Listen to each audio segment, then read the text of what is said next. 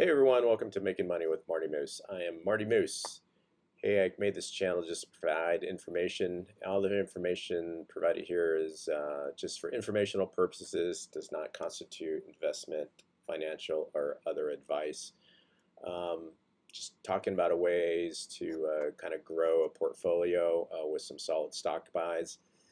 You know, the thing about stocks, there are so many different stocks out there, and you can chase some.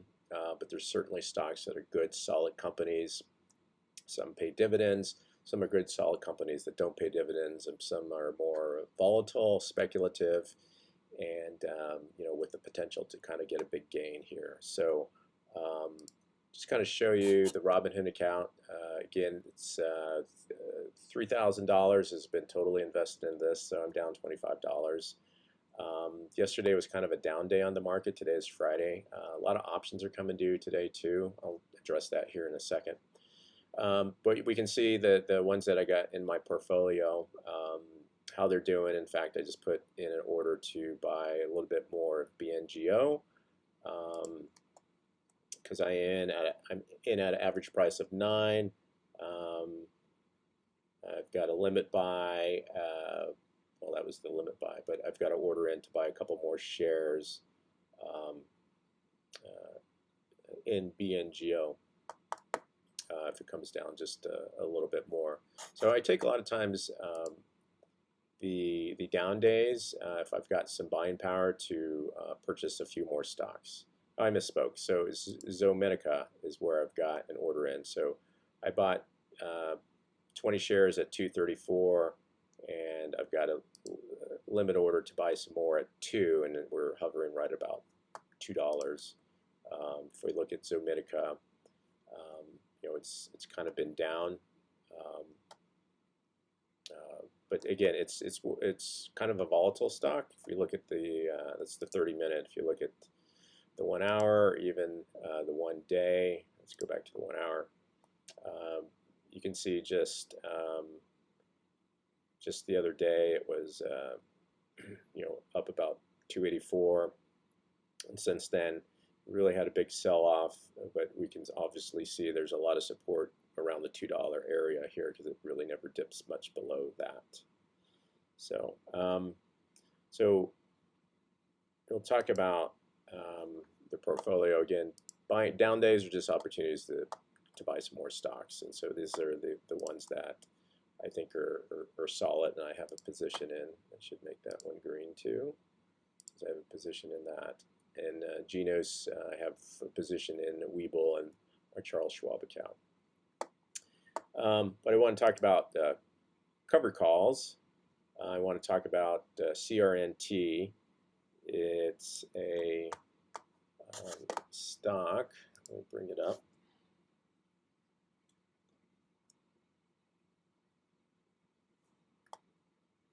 It's kind of a stock that deals with providing towers for 5G.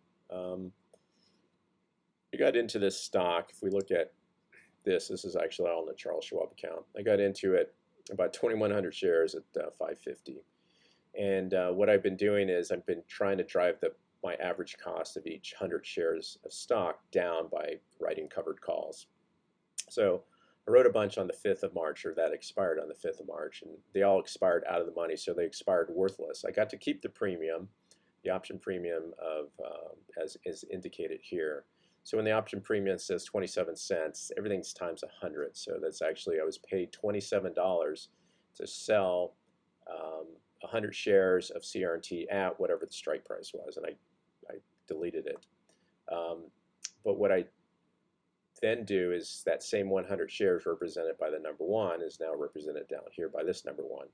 So then I wrote another option that expired on the 19th of March, today, and a strike price of $7.50. And so I started that 100 shares, started at $5.50, and that was my average price per share. I had a premium, so this first 100 shares of stock was now essentially I've paid $5.23 for it. And then I wrote another one, and you know, was paid a $55 premium for it, so that drove the price down to $4.68 per share. And it's just a simple Excel spreadsheet where if that if the stock were to get exercised at this price, meaning the stock price would have to be typically above 750 to be in the money. I would basically get a profit of $282, which is a 60% return on that 100 shares of stock. So I'm going to highlight these right here. Actually, here we go. These right here. So these all, again, I wrote these covered calls, or sold these covered calls. So I was paid a premium of all of this, 80 cents or $80, to sell these at $5. And today's the expiration date. And so actually what I'm hoping is, we look at CRNT, it's trading at 439. So, and we have, hours left in the trading day. And if it does not go above 5, all these covered calls will expire out of the money, and they'll expire worthless. I will retain all these premiums. If you add them all up, add all these values that are less than $1, then take that total and multiply it by 100.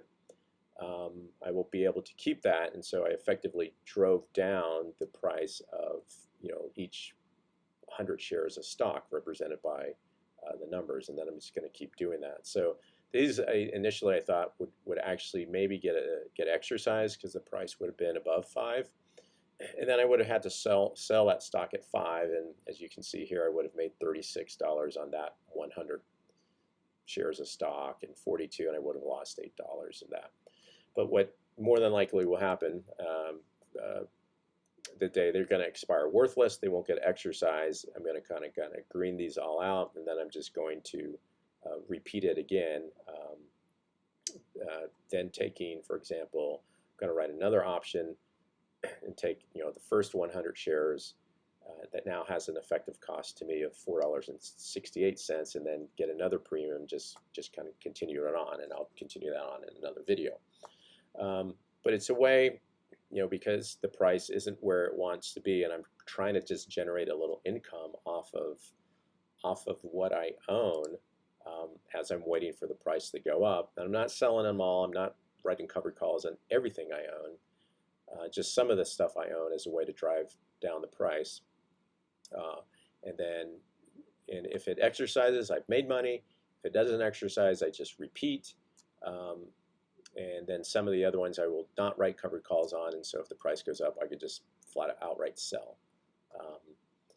The thing about this is, for example, these, here that expire in June, or even these that expire in April that I just recently wrote,